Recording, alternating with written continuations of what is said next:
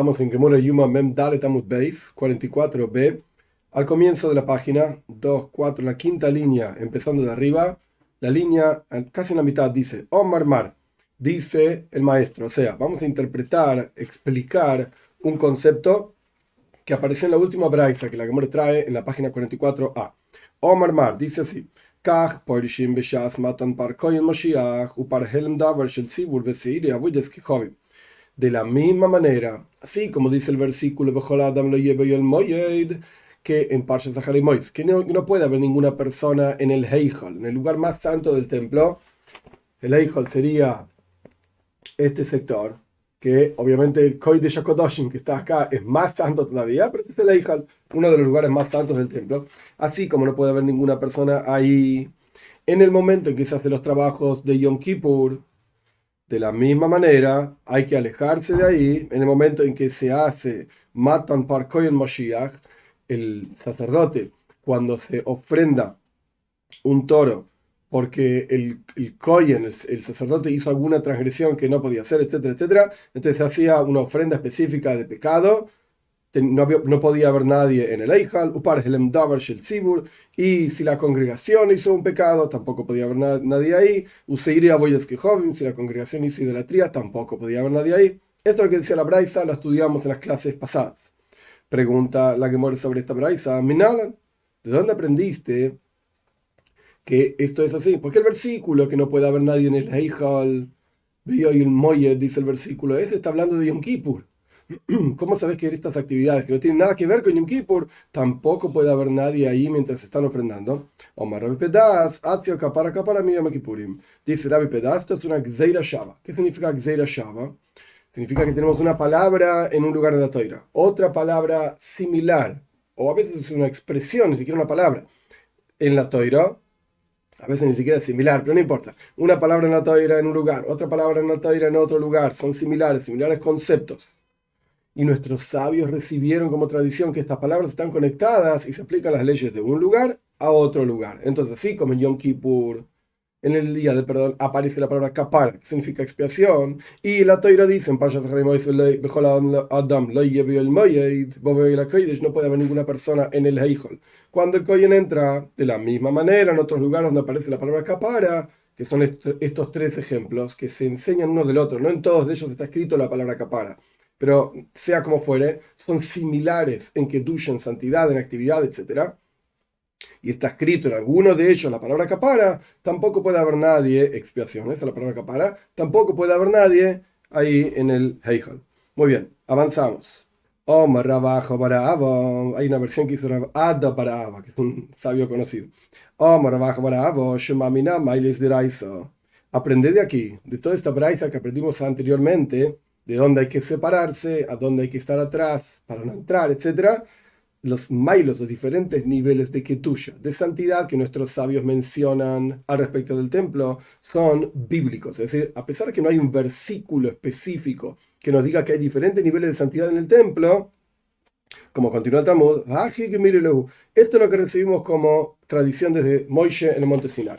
¿Qué tenemos? Si esto es un pequeño mapita del templo, este es el este, se entra por aquí al templo, este se llama Esdras Nashim, patio de mujeres, tiene un nivel de santidad.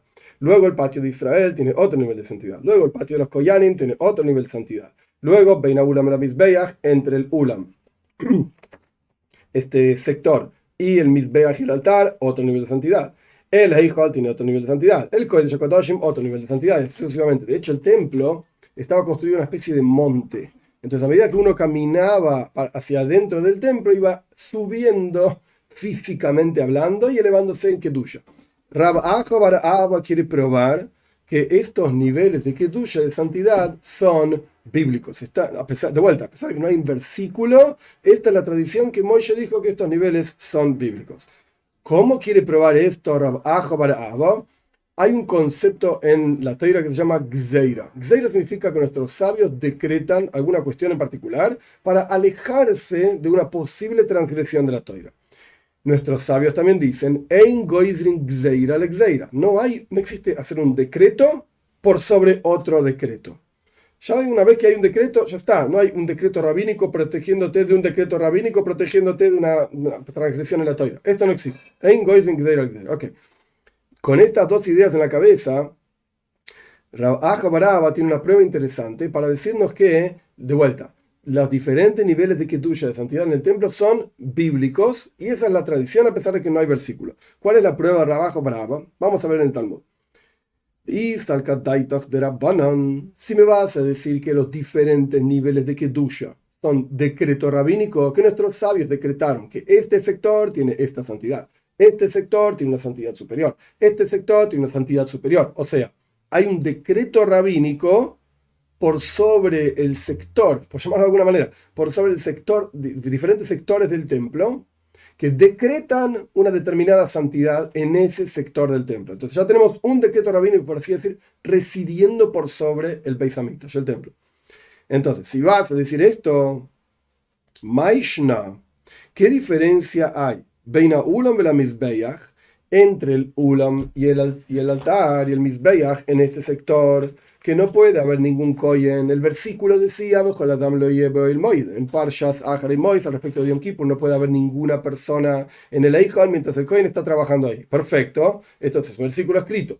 Pero los otros sabios decretaron que Beina Ulam y la Mizbeach no se puede estar, para no llegar a la situación de que un kohen se confunda y entre en el sector adyacente, que es el Eichel, perdón. Entonces, que no haya nadie entre el Ulam y el Mizbeach. Perfecto. Esto es un decreto rabínico. ¿Correcto? Buenísimo. Entonces, ¿qué diferencia habría si me vas a decir que en realidad todo el patio entero es una misma kedusha, bíblicamente hablando, es toda una santidad? Y nuestros sabios hicieron residir un decreto sobre ese sector diciendo, este sector tiene tal kedusha, tal santidad. Este otro sector tiene tal santidad. ¿Qué diferencia hay? ¿Por qué nuestros sabios decretaron en este sector que no puede haber ningún kohen cuando acá está el sumo sacerdote? Ok, porque alguien puede llegar a entrar. A pesar de que esto también sería una especie de gzeira. Ya hay un decreto que tiene que haber una determinada santidad. Y ahora nuestros sabios ponen un decreto que no puede haber nadie aquí trabajando aquí. Pero si esto, de vuelta, si todo esto en realidad es la misma santidad bíblicamente hablando, entonces, ¿por qué no se proyecta todo el decreto al resto del patio también? Que no haya nadie en el resto del patio, no vaya a ser que entre en el Eichel. Pero, ¿cuál sería el problema? Que ahí sería una gzeira, un doble decreto. ¿Cuál sería el doble decreto? Este sector tiene santidad número 1, por llamarlo de alguna manera, en el resto del patio de los Koyanim. El sector entre el Ulam y el Mizbeach tiene Kedusha número 2. Ahí ya tenés un decreto. Y ahora hacemos otro decreto, que no se puede estar en el patio entero.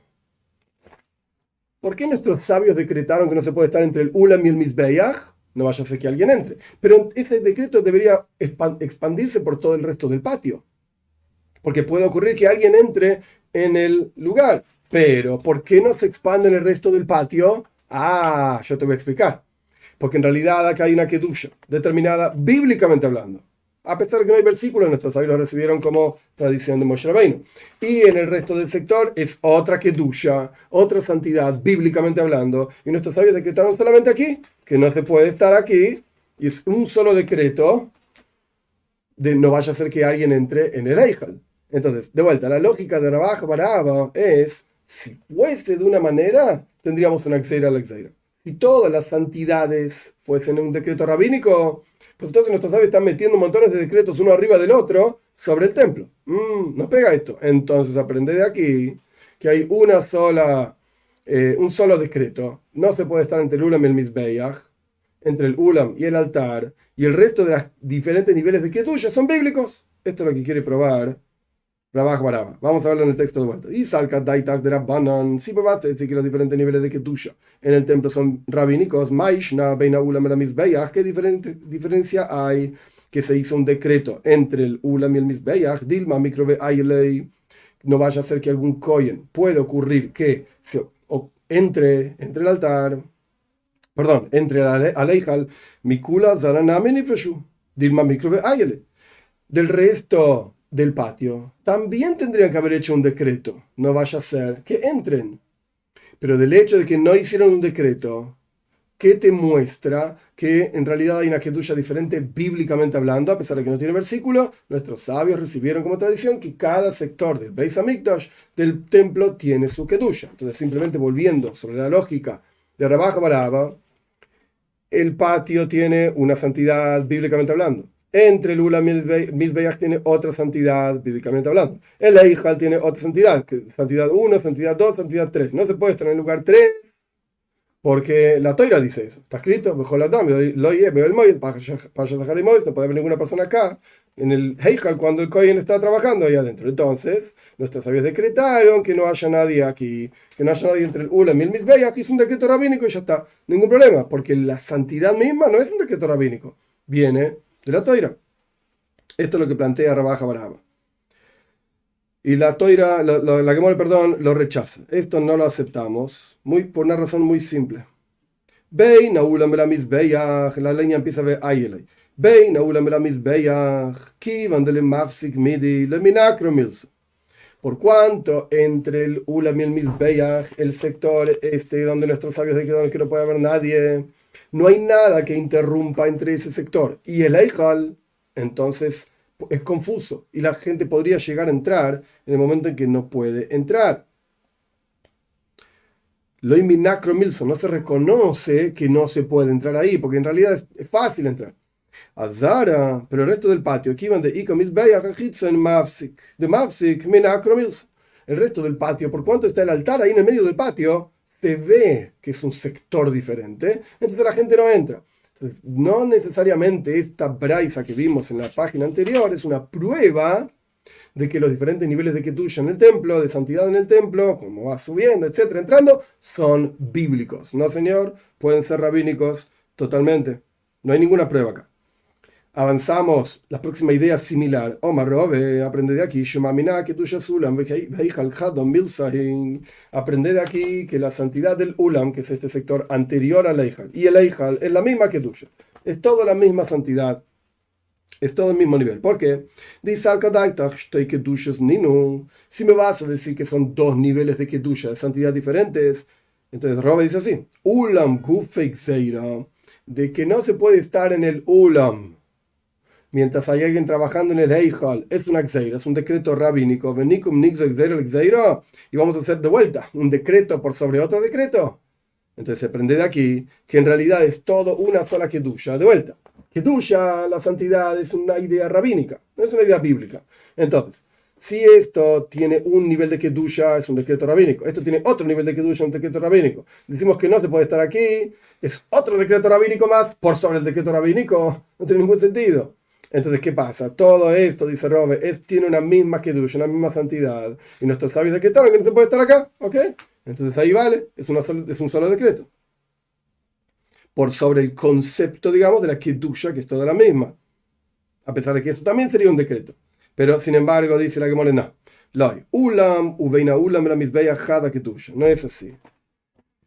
El Ulam, propiamente dicho, y este sector entre el Ulam y el Mizbeach, esto es lo que tiene una misma Kedusha. Tiene toda una misma santidad. Heichol, ve Ulam shtei Kedushas. Pero el Heichol, este sector, el lugar santo, digamos, y el Ulam son dos Kedushas diferentes, son dos niveles de Kedusha diferentes. Punto. La conclusión de la Gemara al respecto de esto es que los diferentes niveles de Kedusha son algo rabínico. Y la Toira lo único que dice es que no puede haber en Parshat Haremois, lo lleve Bechol Adam, lo lleve el Moyet, etc. No puede haber ninguna persona mientras en el Eijal, mientras el Kohen está trabajando. Ahora la Gemara va a analizar otras partes de la Mishnah, que esta Mishnah la estudiamos en 43b, donde había diferentes cuestiones que iban cambiando respecto de Yom Kippur, como era en el resto del año. La Gemara cita la Mishnah. Julei significa etcétera. Todos los días la palita que el Kohen usaba para retirar brasas del altar era de plata y hoy era de oro, etcétera. ¿Cuál es la razón? La Toira es cuidadosa con el dinero del pueblo de Israel.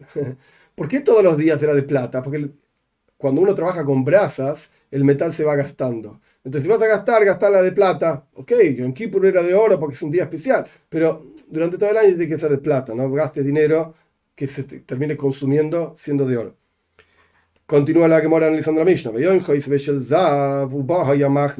día de hoy, el día de Yom Kippur, lo hacía con una pala de oro y esa misma pala la utilizaba para ingresar en el Heichal y en el Kodesh HaKadoshim, en el Santo Santorum, etc. ¿Por qué era la misma pala? Durante todos los días del año cambiaban de pala, pero ahora era una sola pala para no cansar al sumo sacerdote. Continúa la Gemara, todos los días era de 4 kavim, de una medida determinada. Y hay una discusión en la Mishnah misma. Tana, enseñó nuestro un Tana. Nispazru, Tana es un maestro. Nispazru loikav gehalim mejavnan lo ama. Si se esparció, porque cuando pasaba de una pala a la otra, era una pala más grande y una pala más chica, claramente te caían algunas brasas en el piso. Entonces, si se esparció un kav, una medida de brasas en el piso, las limpia, las barra y las limpia y los tira en el amo. Amo es un hueco que había en el piso del templo que bajaba a un río que pasaba por abajo del templo. Un lugar dice que en realidad se desperdiciaba un kav de brasas, una medida. El otro dice que se desperdiciaban 2 kavim, 2 medidas. Pish le mahak de Tanikav Rabban, el ahak de Tanikabaim Mane, le Rabban, me lo rabioisi. Tiene sentido la opinión que dice que se desperdiciaba un kav de medida. Esa es la opinión de Rabbanan. Pero la opinión que dice que había 2 kav que se desperdiciaban, ¿quién es el autor? No es ni Rabbanan ni Rabioisi. ¿Qué decía Rabioisi? Rabioisi decía que todos los días el Kohen sacaba con una pala de un sea son 6 kavim, y pasaba a una pala de 3 kavim. Entonces, 6 kavim menos 3 kavim son 3 kavim. 3 kavim quedaban tirados en el piso, por así decir. Esto lo que hizo Rabbi Yosi. Para Rabbanan era diferente, es mucho más sencillo la cuenta, por así decir. Para Rabbanan, todos los días era una pala de 4 kavim y la pasaba a una pala de 3 kavim, entonces había un kav que quedaba en el piso. Pero para Rabbi Yosi había 3 kavim que quedaban en el piso. ¿Quién es el autor de la braisa que enseñó el maestro que quedaban 2 kavim tirados en el piso, que eran limpiados, etcétera, y tirados? ¿Quién es? Dice Omar Rav Hizda, dice Rav Hizda, Rabbi Shmuel ben Rabbi Yochanan ben Beroika, es de Rabbi Shmuel, hijo de Rabbi Yochanan ben Beroika. De Tania, aprendimos en la braisa, Rabbi Shmuel ben Rabbi Yochanan ben Beroika. Hoy me dice Rabbi Shmuel, el hijo de Rabbi Yochanan ben Beroika, Beshel Kavaim haya Magnis. Había una pala diferente de 2 kavim, entonces retiraba con una pala de 4 kavim, pasaba a una pala de 2 kavim, y obviamente quedaban 2 kavim tirados en el piso, y entraba con la pala de 2 kavim. Esta es la opinión de Rabbi Yochanan ben Beroika, de Rabbi Shmuel ben Rabbi Yochanan ben Beroika. Rabashi hoy, mira filotema Rabbi Yosi. Rabashi dice diferente. No, esta opinión sigue a Rabbi Yosi. ¿Qué decía Rabbi Yosi? Una pala de un sea, que son 6 kavim, pasaba a una pala de 3 kavim. Ey, ¿cómo puede ser que quedaban 2 kavim en el piso? Amar. Esto es lo que dice.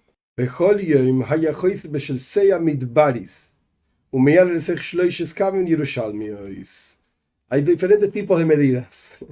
Todos los días el sacerdote sacaba del altar con una pala que tiene un sea, como era la medida en el desierto, que tiene 6 kavim.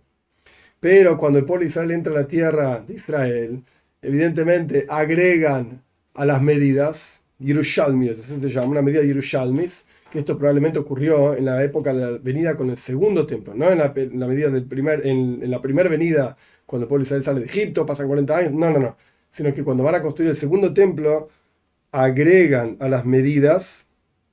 Rashi dice un sexto. Entonces, surge que cuando vos tenés 6 kavim, como eran en la época del desierto, esto se transforma en 5 kavim Yerushalmis. Entonces, si vos tenés una pala de 6 kavim del desierto y una pala de 3 kavim de Yerushalayim, cuando echás 6 kavim del desierto en 3 kavim de Yerushalayim, te quedan en el piso 2 kavim de Yerushalayim. 2 kavim de Yerushalayim, porque 5 kavim de Yerushalayim son 6 kavim del desierto. Entonces, esta braisa también pega de acuerdo a la opinión de Rabbi Yosi. No es necesario decir que es una opinión que no está mencionada. O sea, Rabbi Yoshua, Rabbi Yochanan ben Beroika, no es necesario decir esto. Con entender que hay diferentes medidas, alcanza. Continuamos el análisis de la Mishnah. Todos los días esta pala era pesada y hoy es suave, hoy es liviana. ¿No? Aprendimos. Gilda Ava. La pala de todos los días era grueso, el metal. Y hoy era finito. Todos los días era corta y hoy era una pala larga, el mango de la pala. Y para que el brazo mismo del sumo sacerdote sostenga parte de la pala y no sea tan pesado. No nos olvidemos que tenía que hacer todos los trabajos en ese día y se cansaba. Todos los días no tenía esa pala un anillo que le ponían al comienzo de la pala o en el mango o adelante en la pala para que sea más fácil, que haga ruido, etcétera. No era necesario hacerlo todos los días así. Que hoy sí tenía ese anillo, Divrei Ben Hasegen. Estas son las palabras de Ben Hasegen. ¿Por qué tenía ese anillo? Para que haga ruido. Como está escrito, y había que escuchar la voz del sumo sacerdote, no es que el tipo tenía que hablar. La palita hacía ruido. Tenía una especie de anillito como si fuese un cascabel. Continuamos con el análisis de la Mishnah. Todos los días, la pala de todos los días, su oro era amarillento. Omar Abhizda, Shiva Zehovimen. Hay siete niveles de oro. Zav, oro común. Zav Toiv, oro bueno. Es decir, que estaba refinado. Zav Oifir, oro del lugar que se llama Oifir. Zav Mupaz, ese tipo de oro. Zav Shahut, Zav Sagur, Zav Pruim, Zav. Estos son los diferentes tipos de oro que hay. Y ahora la Gemara explica. Zav, Zav Toiv, oro y oro bueno. Como está escrito, Dixiv, Zav, Zehava Al Zahu, Toiv. Como dice al comienzo del relato de la creación, el oro de aquel lugar era bueno. Entonces hay oro común y oro bueno. Zav Oifir, de Asim Oifir. El Zav, que se llama Ofir, porque viene del lugar que se llama Ofir.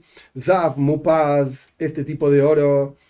Y ahora pasamos a Mem Hei Amud Aleph, 45a. Shedoim Lepaz, parece que brilla como si fuesen perlas. Zav Shahut, ¿por qué se llama de esta manera este oro? Shenitve Kehut, que era fino como un hilo. Evidentemente estaba refinado de alguna manera.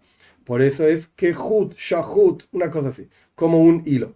Zav Sagur, oro cerrado. Beya Sheniftach, Kol HaChanuyot Nisgades. En el momento que se presentaba, se abría esto en el mercado, todos los otros negocios cerraban porque nadie quería comprar otro tipo de oro excepto este tipo de oro. Zav Pruim, ¿qué significa este tipo de oro? Shedoim Beledam Parim, que parecía una especie de rojizo como la sangre de los toros. Rabashi Omar Hamishan, Rabashi dice que son 5. Cada uno tiene oro y oro bueno. O sea, este tipo de oro, oro y oro bueno. Este tipo de oro, oro y oro bueno. Y así sucesivamente. Tanya Namihaji, también aprendimos en una braisa. Todos los días el oro de la palita con la que el Kohen Gadol usaba, etc., era de oro tipo amarillento. Veíam Adom, yo era rojo. Vehainu Zav Pruim. Por eso está este tipo de oro que se llama así, Pruim Shedoim Redam Parim, que es parecido a la sangre, era más rojizo, parecido a la sangre de las vacas. Continuamos con el análisis de la Mishnah. Al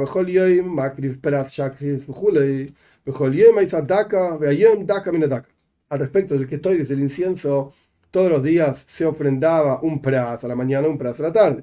Y hoy, etcétera, dice la Mishnah, y hoy todos los días era el incienso dak, fino. Hoy era dak camino dak. Yom Kippur era súper fino.